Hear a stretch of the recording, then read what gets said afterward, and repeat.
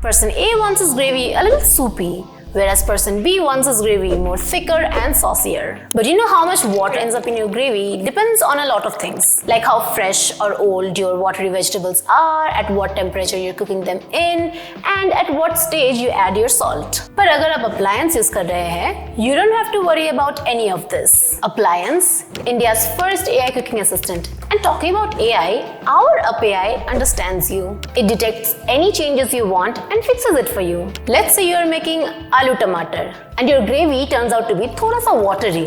So our appliance copilot, which you can see here, will detect by itself if the gravy is a little thin or not. So it'll send you a pop-up which asks you, do you like the consistency of your gravy? And if you don't, you can press on thicken gravy, which will put an additional step like here. And in some time, your gravy is fixed to the perfect consistency as per your liking. And you didn't have to do anything manually. No adjusting the temperature, no watching over the food, nothing. Because with Appliance, now everyone can cook everything. If you want to know more about Appliance, subscribe.